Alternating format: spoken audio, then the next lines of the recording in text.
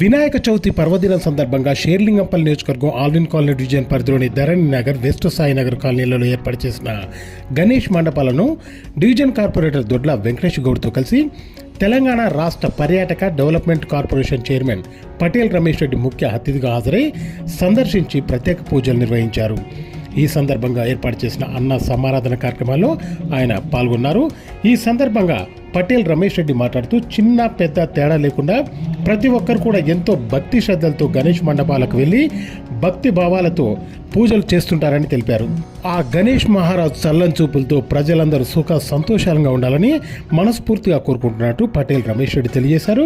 ఈ కార్యక్రమంలో డివిజన్ అధ్యక్షుడు మారెల శ్రీనివాస్, డివిజన్ మహిళా అధ్యక్షురాలు శ్రీదేవి, అనిల్ రెడ్డి, శివరాజ్ గౌడ్, రాజీవ్ చంద్ర, ప్రభాకర్, శ్రీధర్, ఆదర్శ్, పోషెట్టి గౌడ్, గోపాల్, యోగేశ్వరి, బేబీ తదితరులు పాల్గొన్నారు.